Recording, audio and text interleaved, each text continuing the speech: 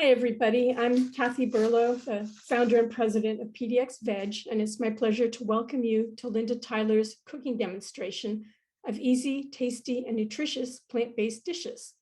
Linda is a Portland-based cooking instructor, recipe creator, and writer, and she has a website called Gracious Vegan, where you can find recipes and links to upcoming classes that she's teaching.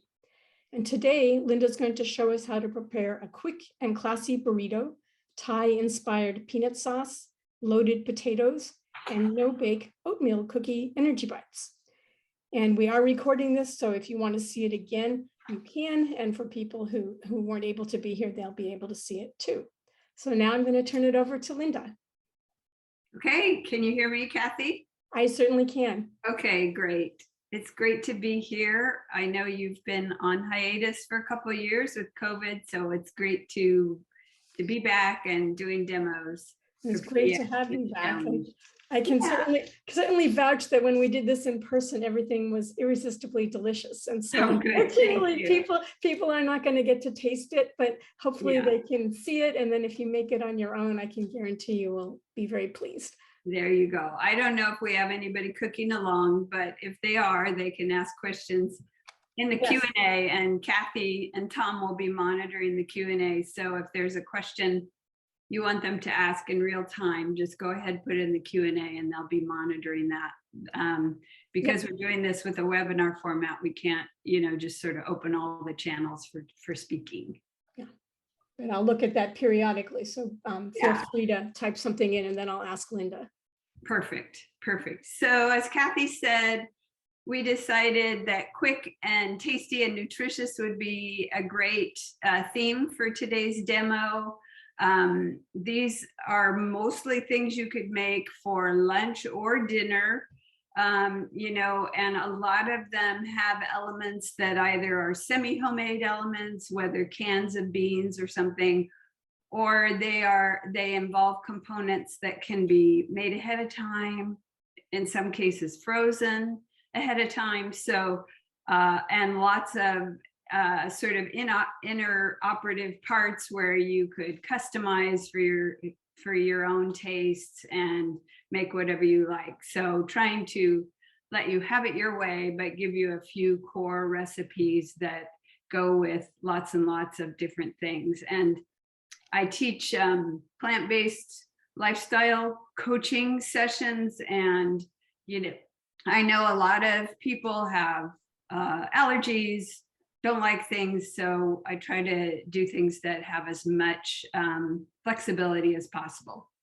But if you have questions about allergies or substitutions, you can either ask in the Q&A or send me an email. My email is in the right-hand corner as well. So I thought we'd first start with a burrito. This could also possibly work as kind of a taco recipe or a quesadilla recipe as well. So it has some flexibility right out of the gate. But what I like with this particular combination is that basic combination of sweet potatoes and black beans. And I would include chipotle flavor, that smoky chili flavor. So that's what we're gonna whip up as the core part of our burrito, and then I'll show you what I like to do to make it a really nice stuffed burrito. So what I'm going to do is cook the sweet potato in real time so you can see that. I didn't cook it beforehand. What I'm going to do, and what I like to do with sweet potatoes, is to peel and then grate them and then cook them with a little bit of water in a skillet. So I'm going to switch to my overhead camera here, and it's kind of a large sweet potato. It really doesn't matter. You'll have to sort of figure out how much this would be enough for at least 2 burritos, if not 3. If you don't have a serrated peeler, I recommend it. If you can see the little it's not a smooth blade. It has all those points that, like a serrated knife, that catch the peel. And these peelers are great for hard to peel things like sweet potatoes. especially great for butternut squash, which is super hard to peel with a regular peeler. So that's what I like to do. And you can see it just makes quick work of this sweet potato. And I will put my peelings in my compost bin.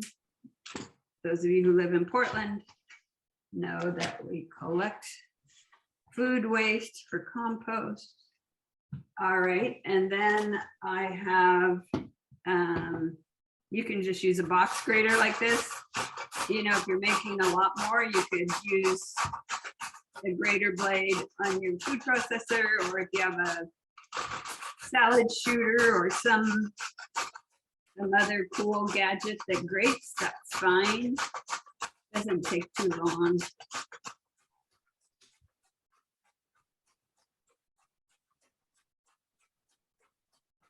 Looks a lot like grated carrots. And you can use really any kind of sweet potato. Doesn't have to be a particular kind like garnet or jewel. There's one, but there's hundreds of kinds of sweet potatoes. And would purple ones work too? Yep, purple ones would work too. I did a blog on the difference between sweet potatoes and yams, and actually very few yams are sold in the United States. They just call some sweet potatoes yams. Yams are mostly grown and eaten in Africa and the Caribbean, and for whatever reason, they don't export many of them. Okay, so it's a lot of grated sweet potato. We're gonna put this in a skillet, and then I'll switch cameras so we can see that starting.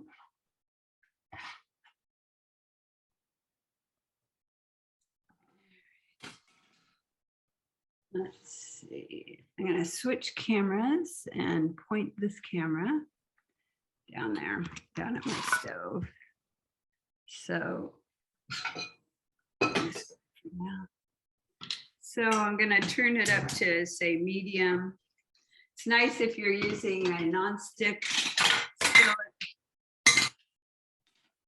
Just makes it easier because for nutrition's sake, I water saute most things. I don't use oil, and that works better with non-stick skillets.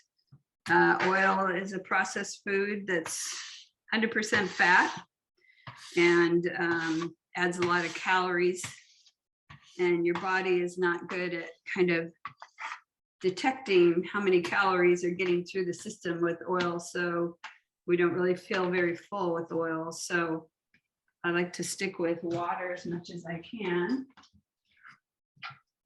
And this is going to take a little while to get going, but because the shreds are so small compared to, you know, big chunks or slices of sweet potato, they will cook relatively quickly.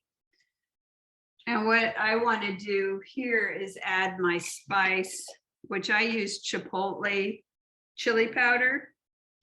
And I like to add it at this stage. Not every store, very few stores actually sell chipotle chili powder. I get it online. And you can also add your spiciness later in putting together, you know, like putting together the burrito. If you have a can of chipotle chilies with adobo sauce, you can add it at that point, or you can just ditch the chipotle flavor altogether and use salsa or Tabasco or sriracha or anything you like to use. But I really like the smoky flavor. You could use some smoked paprika as well, but it's not, unless you have the hot smoked paprika, it's not all that hot. So I like to use the chipotle because it has spice, it has kick, but not too much. So those are sizzling away. We'll let those get a grip there.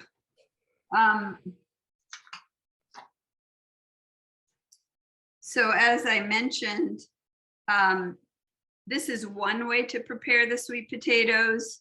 You could also choose to microwave them. You know, I know a lot of people make microwaved baked sweet potatoes, so you could do that. That would be an even faster way. Just microwave a sweet potato and then cut it open and scoop out the inside flesh and put that right on the tortilla. Or if you happen to have roasted sweet potatoes in the oven, maybe the night before or a couple nights before, and you just have extra roasted sweet potatoes, that's another way to get cooked sweet potatoes. So this burrito approach is very forgiving in terms of any kind of cooked sweet potato works here. I just thought that the grated approach, grated and water sauteed, is probably something some people hadn't seen before, so I wanted to demonstrate that. It's a way to get sweet potatoes in a nice texture. But mashed or smashed sweet potatoes are also really good. Yeah, they're already kind of wilting, so they'll be done pretty quick. I'll probably put a little salt on them as well. It kind of, if you use salt, it's a good time to salt them.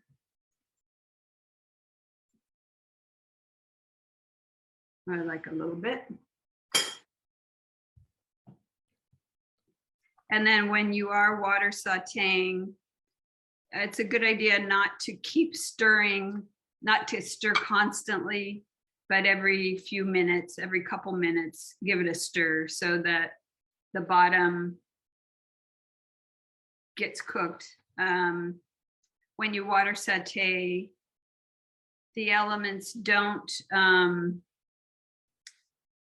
cook at as high a heat as when you saute with oil. When you saute with oil, they have higher burning points than water. You know, water starts to evaporate at 212 degrees, whereas almost every oil has a burning point that's significantly higher than 212. So oil allows the food to cook quicker and at a higher heat, but the trade-off is you're getting those empty fat calories. So I think we're good here, but let me.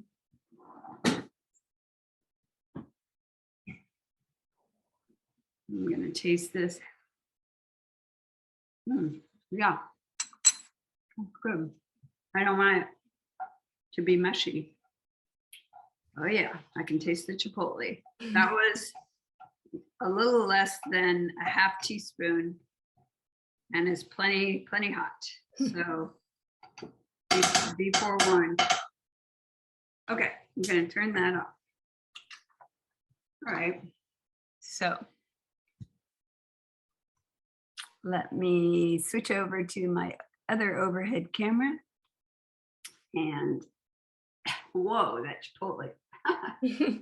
Okay, so what I'm gonna do now is assemble our burrito, because nothing else in this burrito is actually something we have to cook. So I happen to have had, forget why I bought them, but I bought some a large pack of these tortillas. Now these are about like 11 or 12 inches. You could also do smaller ones. 8-inch, I think, is a minimum. I like to buy whole wheat. They also have gluten-free whole wheat, I think, and other gluten-free options. You know, if you prefer the white flour ones, hey, that's fine too. But since nutrition is in the title, I thought I would mention it.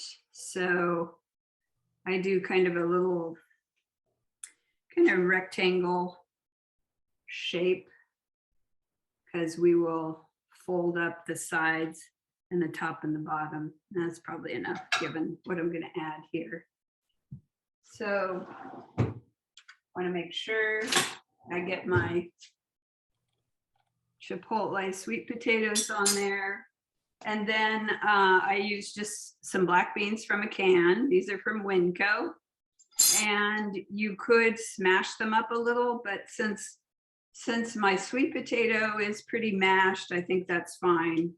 I drained and rinsed these ahead of time and put them back into the can. So I do recommend you drain and rinse your beans because they have a lot of that sticky brine on them, which I don't find very appetizing. So let's put, again, this may turn out to be a very large burrito. So just do the amount that makes sense for you. And then I made some guacamole ahead of time. If maybe you have some guacamole in a container, maybe you just have a nice ripe avocado and you just slice some slices, that's great. The thing about guacamole or vegan sour cream or vegan crema is that they are a great substitute for cheese. You could also add vegan cheese if you like, but I find if I have the guacamole or the vegan sour cream or the vegan crema, that's all I need. I really don't miss the cheese. So I'm going to put on some of this guacamole because I love guacamole. All right, so that I want a little bit of guacamole in every bite. And then brown rice or quinoa cooked. So again, this is kind of optional. You don't have to add rice or quinoa, but it adds yet another texture, which is cool when you're chewing it. It adds fiber because unrefined grains, brown rice, whole quinoa, they add nice fiber and other vitamins and minerals. Again, not too much. And then I like to put on some cilantro because I love cilantro on just about everything. I know cilantro is, you either love it or hate it. I happen to be in the love category.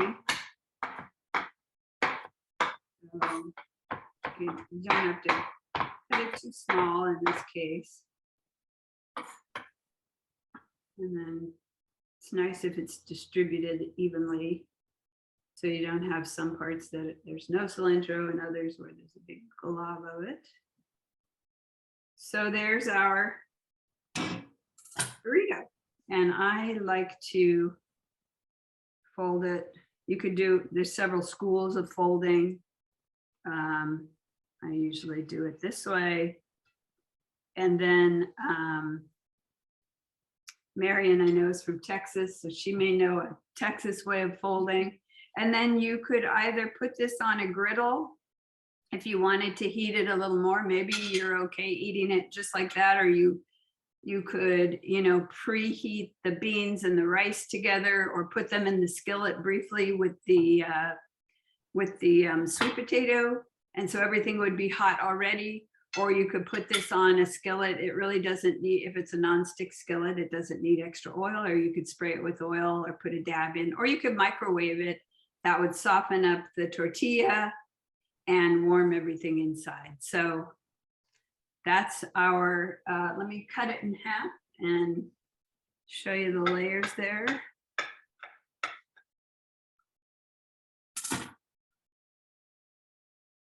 There's it. Can you get that last bottom side?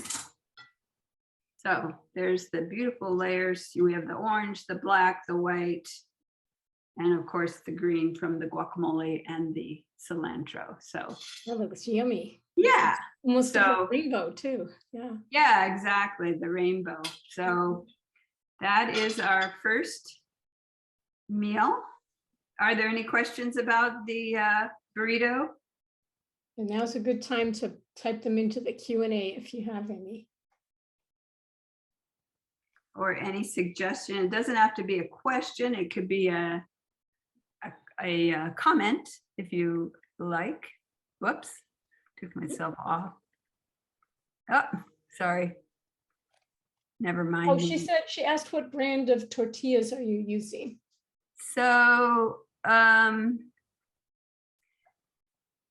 these are Mission. So these are actually, I forget why I bought these. There may have been somebody, they are called Carb Balance. I think they have extra fiber in them so that the net carbs is lower for people who have diabetes and other issues. I usually buy the straight 8-inch whole wheat tortillas. These are Mission, but you know, these are sold at Winco. A lot of good brands out there. If you can get handmade ones, those are great. Oftentimes the real authentic handmade ones have lard in them, so I don't look for those. Okay. All right, let's go on to our next, if there are no other questions. I think everybody's good. Okay, I'm gonna move the sweet potatoes.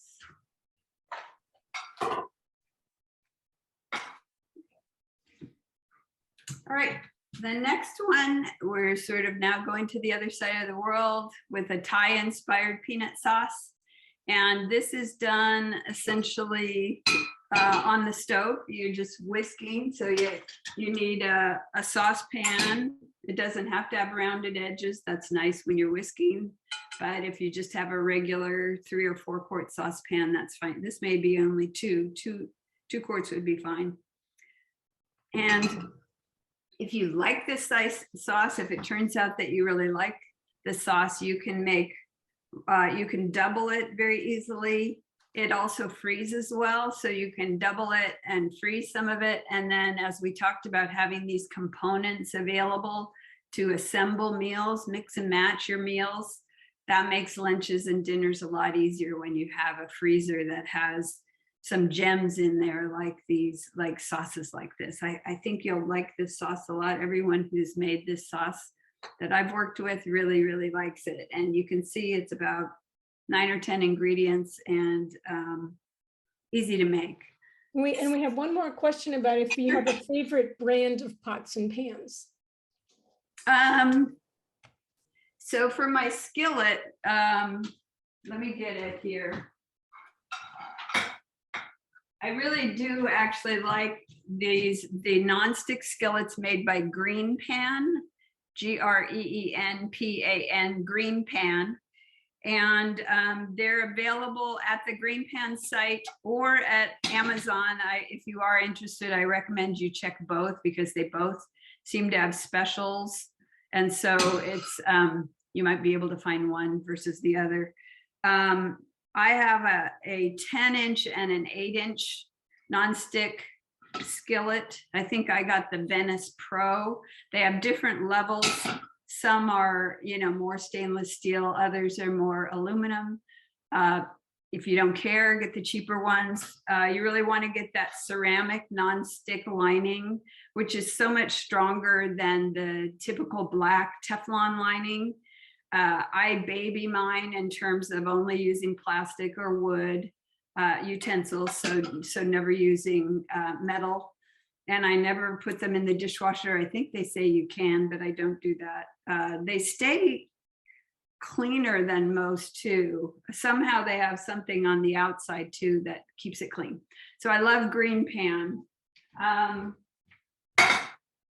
For saucepans, this is an old one which I got from an All-Clad outlet. So I love All-Clad. I also like these kinds of hard anodized aluminum pans. This happens to be Anolon, ANOLON, hard anodized nonstick. So again, all of my, I get nonstick for almost everything I have. I have a couple of ceramic coated cast iron Dutch ovens But besides that, I use a lot of nonstick. Actually, this is not nonstick, this all-clad, but I usually make, you know, sauces in there. So I'm not sauteing in this one. Does that make sense? Sounds great. Okay. I had a question about your sauce. How long can you keep it in the refrigerator? I would say about 2 weeks. Yeah. Okay. Great. A lot of plant-based foods last longer than animal products in the refrigerator. You know, animal products have so many, you know, different kind of living organisms in them that can go bad pretty quickly, but plant-based are usually a bit cleaner in that regard, and they usually last longer in the fridge. So I would say at least 2 weeks for this. I bet you'd eat it faster than that. But Yes, exactly. Especially if you only make the 1 1¼ look, no, I'm going to use this actually. Okay, so yeah, that's a good angle. Let me get rid of, sorry. Okay. All right, so we'll start the heat here. Also, if you have an induction stove, by now, I'm sure you know you have to buy stainless steel. So you can't buy aluminum if you have an induction surface. But more and more people are getting induction.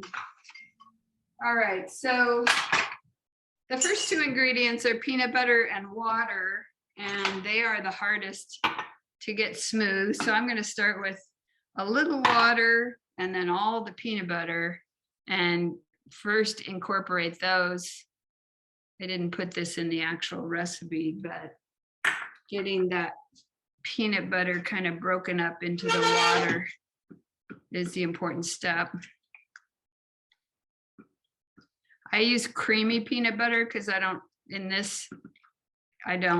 really want chunks of peanuts, but if you like chunks of peanuts in your sauce, that's fine. Or you could make the whole thing and then put it in a bullet blender, like a NutriBullet, once it's cooled, and make it really smooth. So if you want it super smooth, because the ginger and the garlic are going to have little lumps, you know, they're going to be little lumps in this sauce. So if you would prefer it super smooth, you could use a stick blender or put it in your bullet blender and make it super smooth.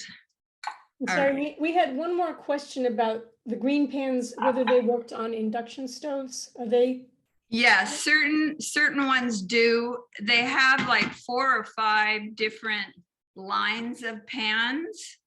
So you just want to make sure you get the type of green pan that is induction safe. But yes, they do have choices.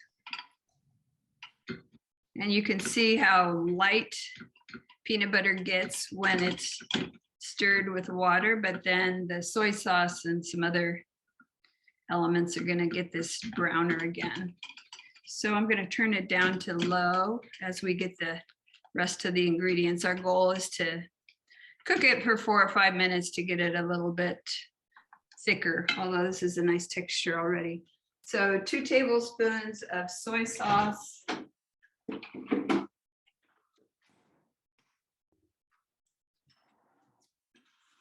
Here. It's already boiling. I'm turning it down. 2 tablespoons of soy sauce. Stir that in to cool things down. So we're already kind of back to the regular color of peanut butter. And then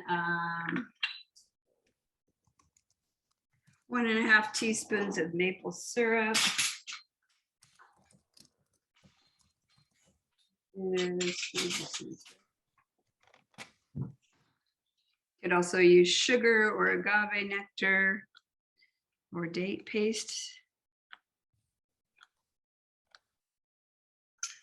Okay, a little sweetness, peanut butter tastes really good with a touch of sweetness added. Then I chopped up my ginger and my garlic. They're both in there. So I did that chopping ahead of time. So I'm putting those in.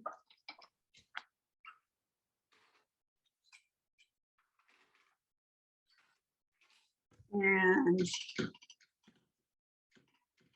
a teaspoon of rice vinegar. And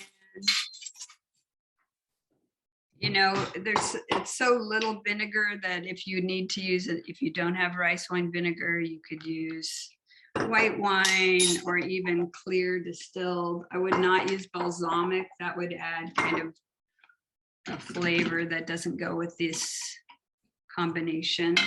Not apple cider vinegar? Yeah, you could probably use apple cider, yeah. And then we want a little bit of a sesame flavor.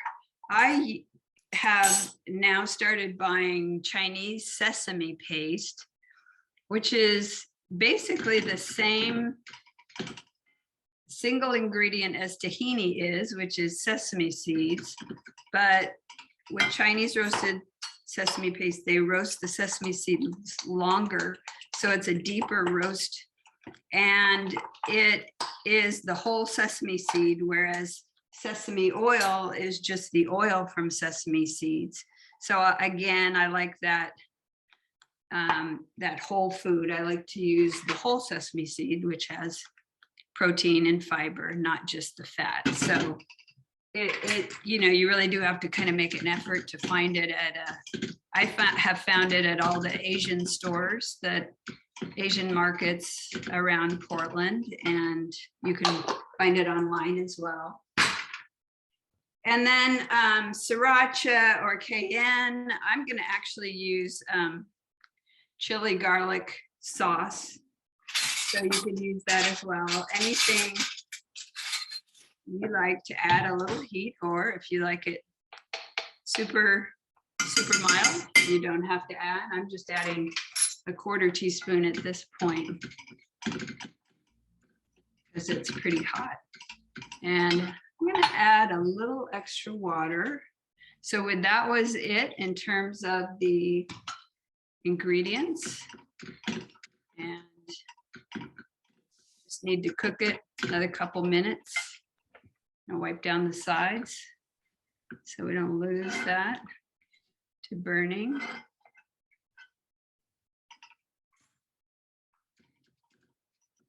And it's a pretty straightforward sauce, as you can see. And the nice thing about it is it goes with so many combinations. Let's see if we need to put up the heat a little bit. I love your rainbow whisk too. Where did you Yes. get that? Isn't that great? Yeah. Yeah. It's that's a silicone coating on the, so it's nice for nonstick pans. And did you get that online?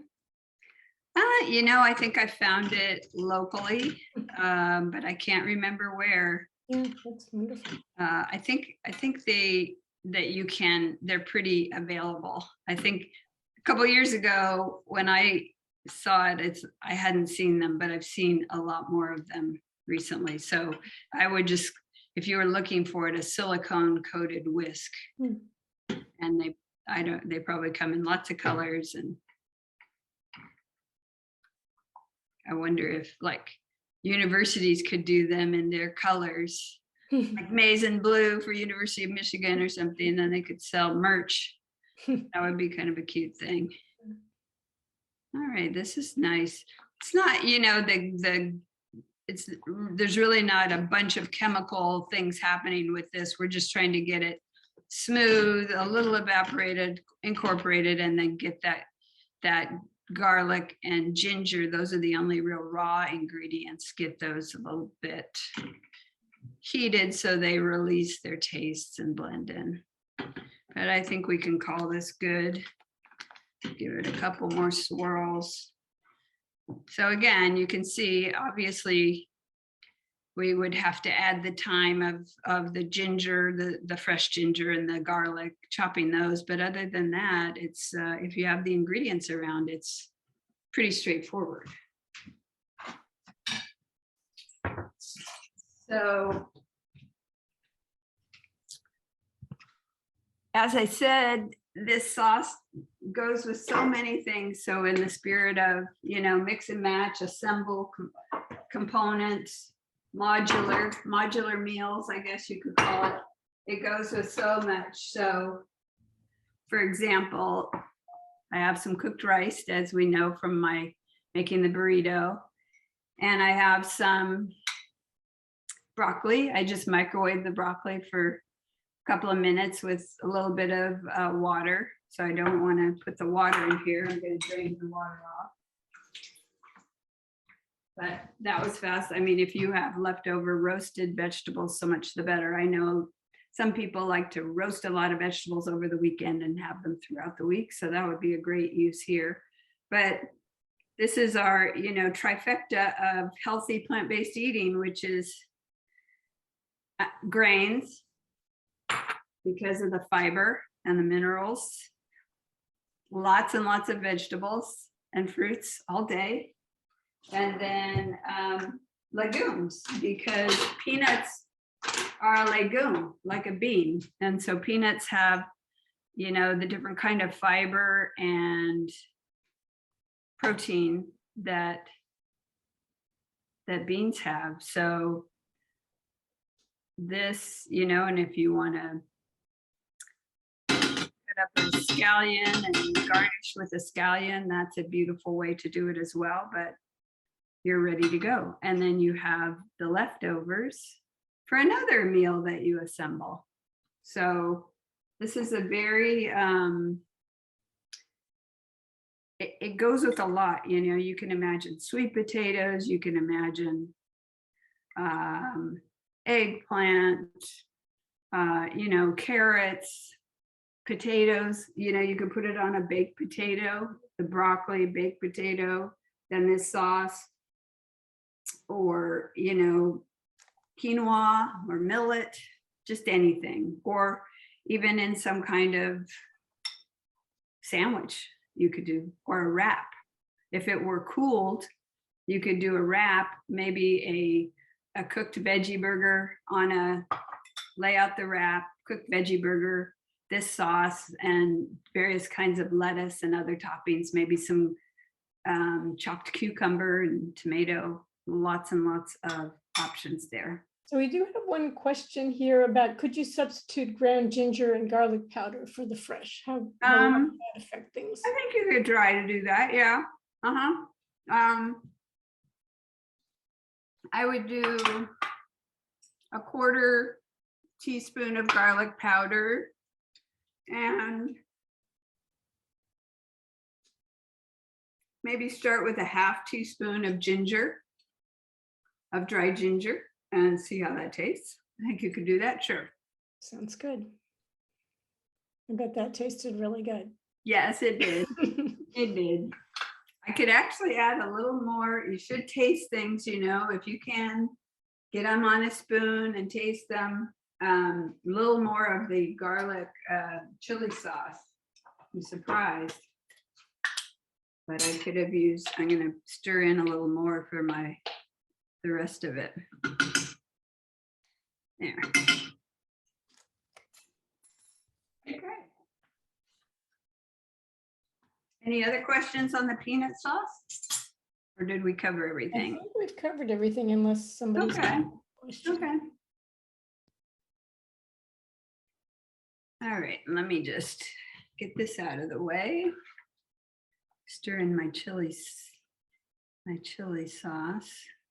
Okay, get it out of the way. Right.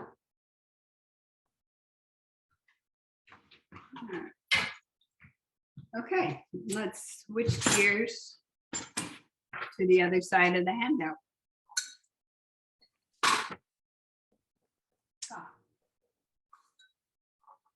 Okay.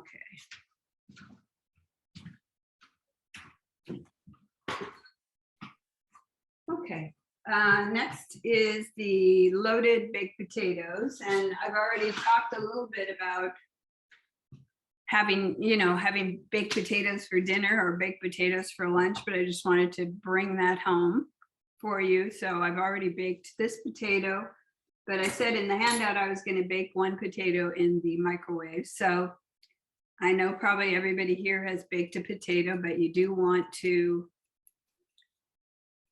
put some holes in the potato because otherwise it could explode because the inside expands, and then if the skin doesn't have any place where the steam can escape, it can explode. So I like to wrap potatoes in paper towels. You don't have to, but just in case they ooze out steam or things, I like the paper towel to catch that. There are products called like potato express bags or something, and you just put it in. I don't know if it cuts down the time that it takes to bake a potato, but those are nice and neat as well. But you can, of course, bake a potato in the oven. It takes like over an hour, so that doesn't really compete with 5 minutes in the microwave. This is a jumbo potato, and I don't have a super strong microwave, so this is going to take 5 to 6 minutes. So I'm going to start it at 3.5 minutes while we talk about different kinds of ways to load up the potato so that it's filling, because just a potato for dinner is not enough. You're probably going to get hungry sooner than you want to. So I gave you some ideas here, and essentially the sky's the limit. Again, if we think about, trying to get some legumes, that's great. The potato is a vegetable. It's great to get some legumes on your baked potatoes if at all possible. So a lot of the choices here that I've given you have legumes in them. And this is just some ideas. You could also do sort of an Italian theme with some marinara and maybe some chickpeas and or cannellini beans and marinara with some basil. So you could go lots and lots of different directions. So I was suggesting you could saute some spinach, garlic, and cannellini beans, like in that green pan skillet, really fast, get them warm. And that tastes really good. I said that's what I was going to be making, but I'm actually not going to make that. I'm going to make 2 of the others. I'm going to make the second one, which is canned chili beans with tomatoes, onions, cilantro, and guacamole. You could use leftover chili if you have leftover chili, or again, you might make chili, freeze some of it, and then you'd have it. Or, there are different kinds of vegetarian, vegan chili you can buy in cans, like Amy's. You could just have black beans and salsa. That's really good. If you have a salsa you really like, that's a super quick way of making a loaded potato. Cowboy caviar, if you're familiar with that, black-eyed peas, corn, avocado chunks, tomatoes, onions, cilantro, a little vinegar. A lot of recipes for cowboy caviar call for oil, but you really don't need the oil. Just a little bit of vinegar really adds that acid, that tang to it, which is enough. And then the other one I'm going to make, because we had falafel earlier this week, so I had some leftover tahini sauce. Tahini sauce also freezes well, is chickpeas, chopped tomato, and cucumbers with some onions and tahini sauce. So any leftover sauce is great on baked potatoes. You can use vegan butter. Again, that's sort of in terms of nutrition, that's very high in fat and processed. But so if you have any kind of good, solid, vegetable, vegan-oriented sauce, that's what you want to use on your baked potatoes, because baked potatoes are pretty dry. So you need some kind of sauce to eat them. So these are all the suggestions I make for loading up the baked potatoes. So why don't we do the first one, and then we'll wait for the one that's in the microwave to do the second one. So I'm going to move to this camera, the overhead camera. That was my, going to switch over. in the microwave. It's my potato is halfway done about. So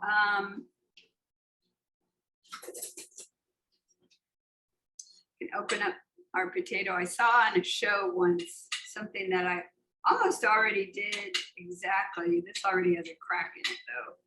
So is to use your fork and do zigzags with your fork, and then sort of push it into the middle, and it comes out, you know, like a restaurant potato. That's Yeah. And then I'll show you with the other one. You want to, if you can, with a hot potato, you want to put it in a towel and kind of squeeze it so you fluff it before you open it.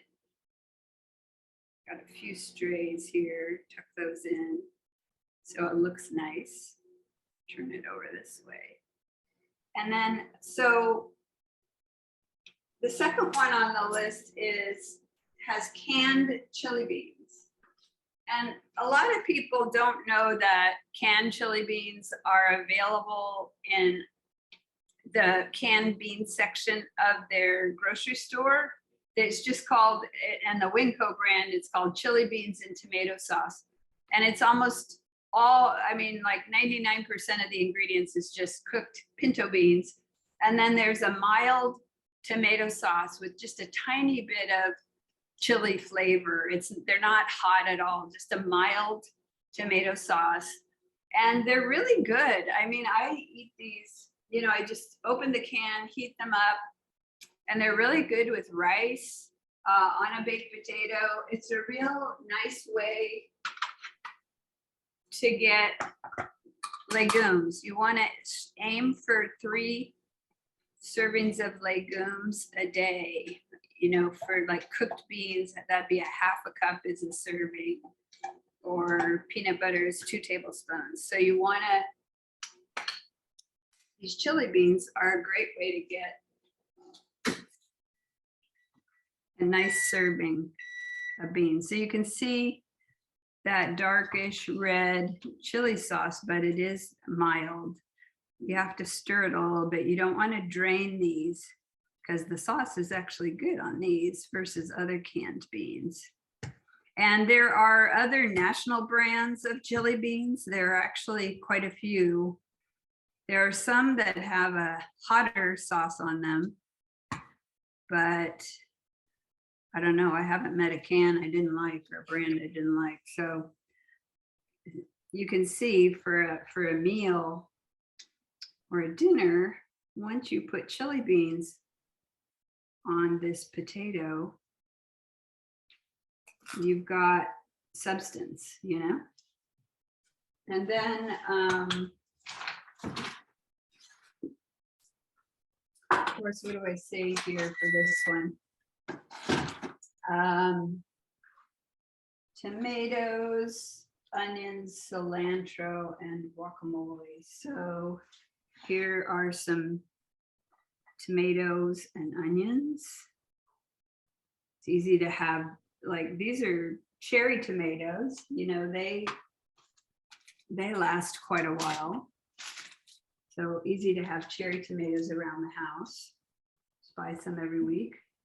And then here's some more cilantro. Cilantro goes well with the peanut sauce too. Cilantro goes with everything if you like it. It's usually a love or hate thing. And there's some cilantro with our chili beans, tomatoes, onions, and then we have our valuable bowl of guacamole here too. You could put more on there, but I will stop there. So that's our humongous, you can see that's a meal for sure. That's quite a meal, yeah. Yeah, our humongous baked potato, stuffed loaded baked potato. And let's make one more. I'll just go over once more the baked potato tricks. If you haven't heard about them. So I take a kitchen towel, I put the really hot potato on there and I wrap it up a little and just gently squeeze until I can feel the give. I can feel it give against the skin. I'm fluffing it inside the skin, but very gently so you don't crack the skin open. So I haven't cracked it open. I'm just gently, like giving it a very gentle massage, like it's saying, ow, ow, ow. So you're just kind of loosening. It's like you're loosening the muscles there, helping it relax. And that's gonna like pre-fluff it. So then once you can feel it's relaxed in there, then put it on the plate. I did crack it a little bit. Then we do our zigzag with the fork. And then it's still pretty hot, but then we push it to the middle and do a little more. Sometimes these large ones, it's hard to fluff from the outside, so you may have to fluff a little more. There. So there's our open potato. So for this one, we're going to do more of a Mediterranean, Lebanese, Israeli type vibe here, almost like a falafel, take on a falafel, like an easy falafel loaded baked potato. So again, we want to get legumes in there. So I'm going to use canned chickpeas. You could warm these up if you want. You could smash them a little if you want. I don't really see the need for that. Then I didn't want to chop the cucumber ahead of time because cucumbers release a lot of water if they sit. Part of a CSA farm here in Southeast, and we got a lot of cucumbers this week, and I'm sure this is not the last I see of cucumbers. So I like to do quarter spears and then pretty small dice. I think that's it. You think it's better to peel them? You don't want the skin? You can leave the skin on if you like, or you could, peel some of the skin off. Striped, that's fine.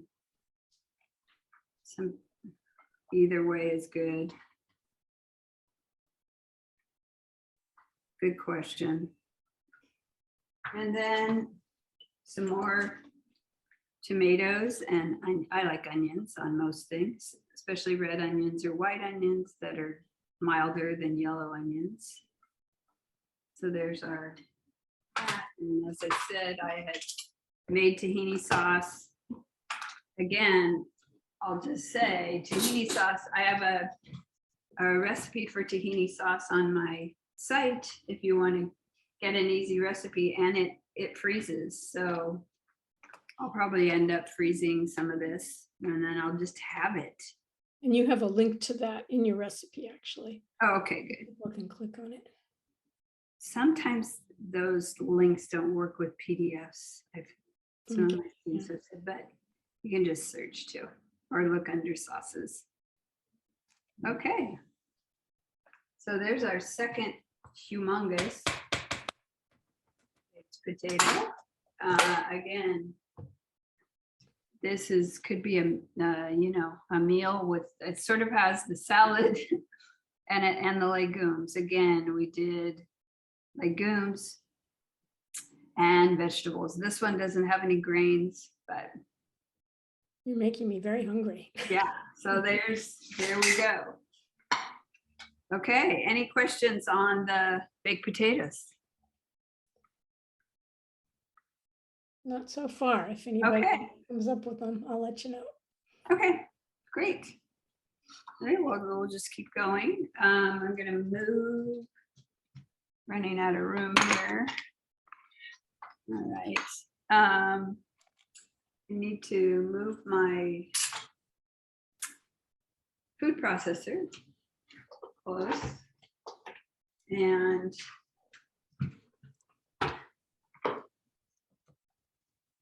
this really is a recipe that doesn't work in a blender. It really requires a food processor. Blenders need water to work well, and food processors don't need water. So I'll load this up, then I'll switch to the overhead so you can see that. All right, so these are nice for dessert. We're going to dessert. These are nice cookies because you don't have to bake them. So they're especially nice in the summer. You don't have to turn on your oven. And they have some of the ingredients that are essential to vegan baking that you need to get familiar with because in vegan baking, obviously we don't use eggs. And I like to cook healthy. And so I like to avoid oil or vegan butter. And I like to avoid all-purpose flour if I can. And so this has some of the ingredients that shows you how we substitute for those ingredients. So first, a lot of healthy plant-based or vegan desserts use a lot of dates. And you can buy super soft medjool dates in the bulk section of a lot of grocery stores or online. So this is 1.25 cups of medjool dates. I like to cut my dates into 2 or 3 pieces.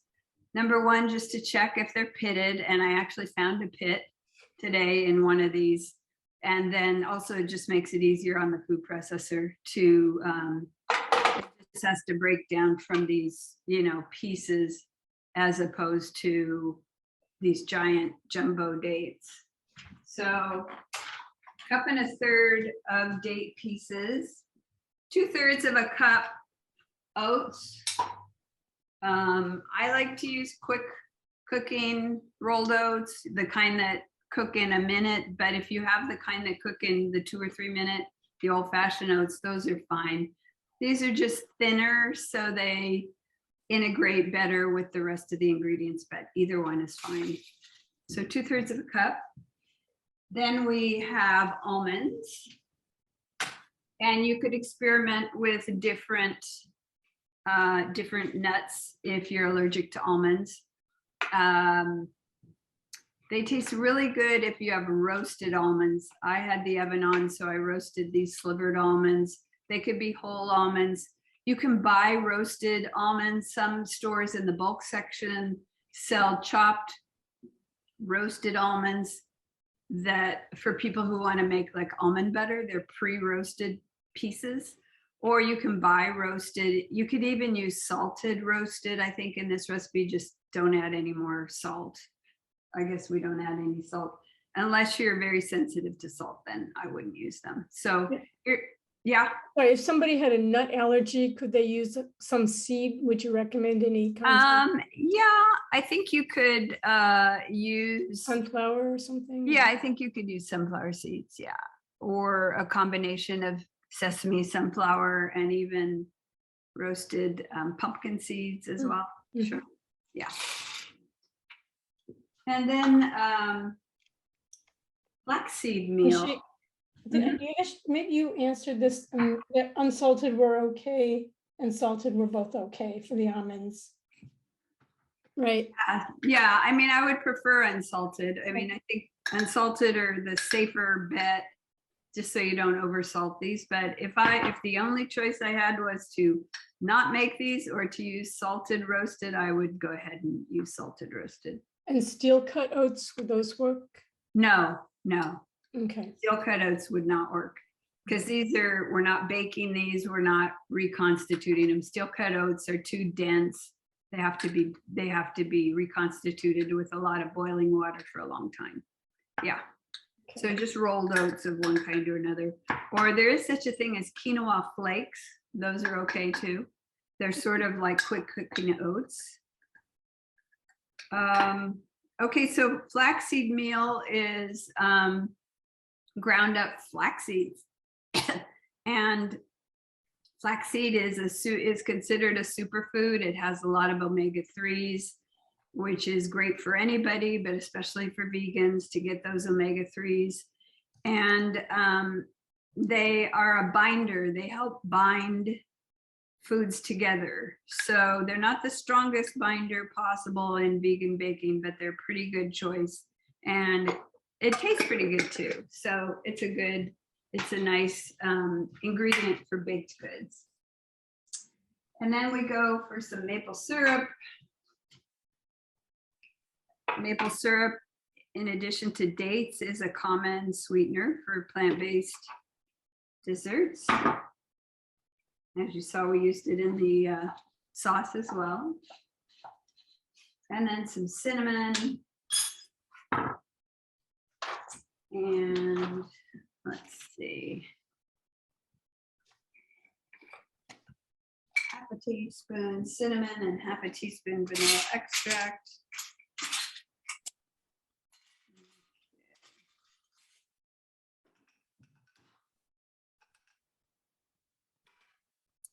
These are kind of like oatmeal cookies. So they're super good.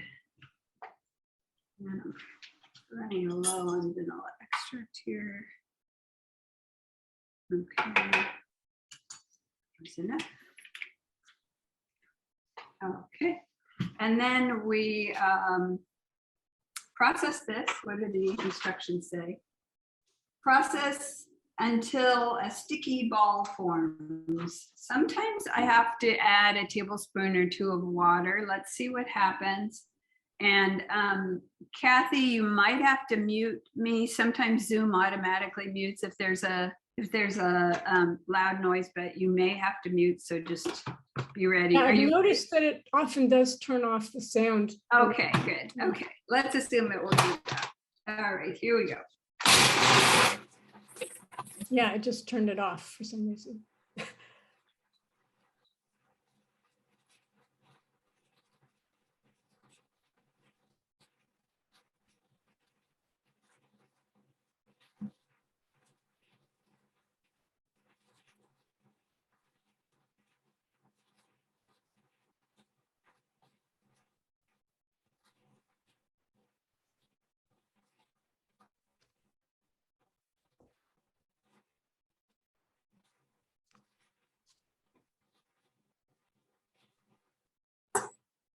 Okay, can you hear me?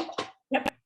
Okay, it's pretty sticky, but I'm gonna add a couple of, maybe just 1 tablespoon of water.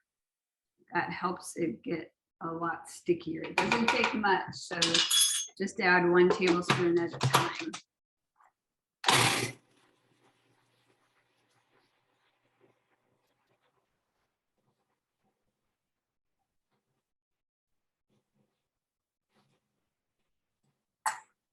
Now you can see the mixture kind of climbing up the walls of the food processor. That's when you know it's done. It's nice and sticky.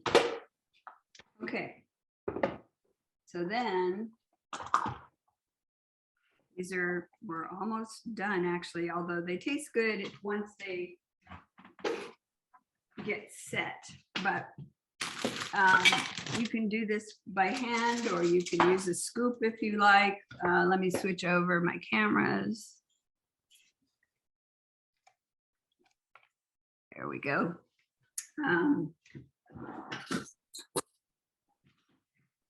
Just on a piece of wax paper or parchment paper. There we go. So just take about a tablespoon's worth.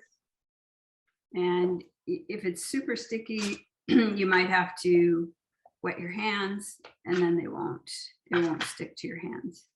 And you know, that date is, the dates are holding everything together. Oops, I forgot one part. Oops. All right, I forgot to add the sunflower seeds and the raisins. All right, let's see. Where did I put the blade already? Good. I forgot the last 2 ingredients, which are the accents. Oh boy, it's always hard to get the blade back in. But you gotta want it. There we go. All right. So then the accent ingredients are roasted sunflower seeds. Again, you could use whatever you like, and raisins, super good. And what we want to do here is just pulse those in just to get them incorporated, but not broken down. So you could stir them, but it's hard with a mixture this thick. So I'm just going to pulse.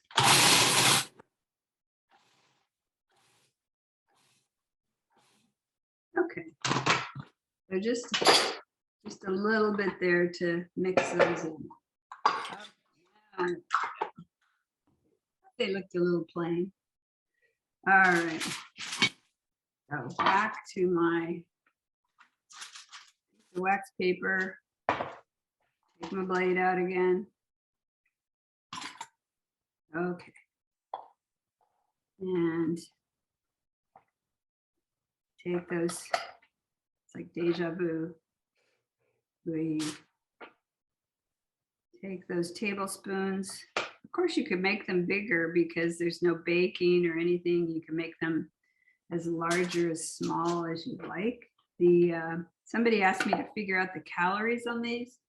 I think if you do make 24 balls, they're about 60 calories each, if that's relevant.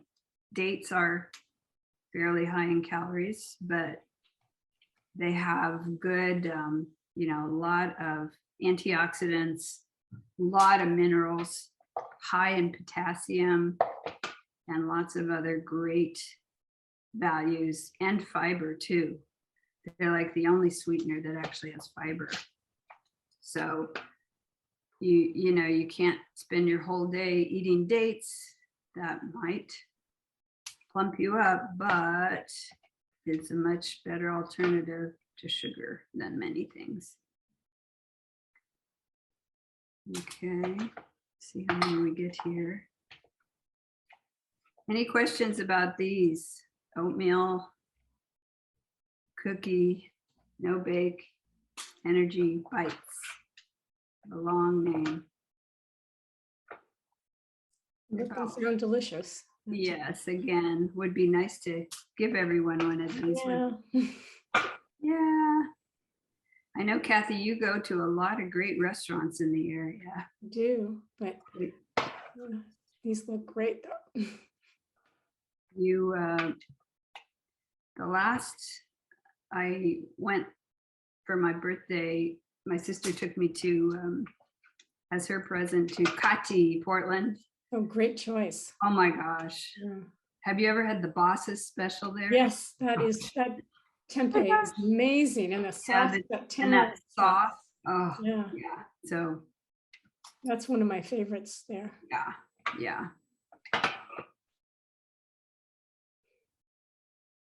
They're opening a Laughing Planet somewhere out here. They have some good choices for vegans. Mm-hmm. Wasn't there still the one on Belmont? I know the one downtown. I don't know about the one on Belmont. Yeah. But probably. Yeah. Yeah. Yeah, I know. I'm always amazed, like, oh, Kathy and Tom went somewhere and I never even heard of that place. Very cool. You guys are the pioneers. Yep. All right, we're almost done here. I just want to count how many I got. And it doesn't sound like we have any other questions. And somebody's asking if you'll be doing any in-person classes again. I know PCC is talking about them, but I have learned that I've never taught in their kitchen, and their kitchen only holds 12 people. Versus we can, we've had, well, once I had over 40 in some classes, but average in the 20s. So that would be a drawback, is you can't have as many students and they can't cook themselves. So so it could happen, yes. And Kathy, maybe you'll be able to do some in-person in one of your. Sure would be nice. Yeah, yeah. So I'm sure it will. as you and I were, just a sec. As you and I were saying, some of the venues have closed. And so I'm not sure what venues are open with commercial kitchens. So let's hope. All right. So that is the end of the demo. And I hope everybody has enjoyed the, I was going to find the, I can't even find the, oh, here it is. The burritos with the sweet potatoes and guacamole and black beans. The peanut sauce with the rice and broccoli in this case. The gargantuan baked potatoes. One with a falafel vibe. One with a chili bean vibe. And then we have dessert, which is the oatmeal cookie energy bites. They're done, or you can store them in the fridge and just hide them from everybody else and have one whenever you're hungry. Yeah. What a feast. That looks just gorgeous. Good. Thank you so much. Yeah, I hope people try them. And, you know, whenever you have a question, just email me if you have a question about them, and I can help troubleshoot and answer questions about substitutions or anything. Yeah. Does anybody else have any final questions to ask Linda? You've done such a good job that I think it's right. I explain everything in advance. Yeah. Great. Yeah. Time for lunch. It definitely is. Definitely is. Yeah.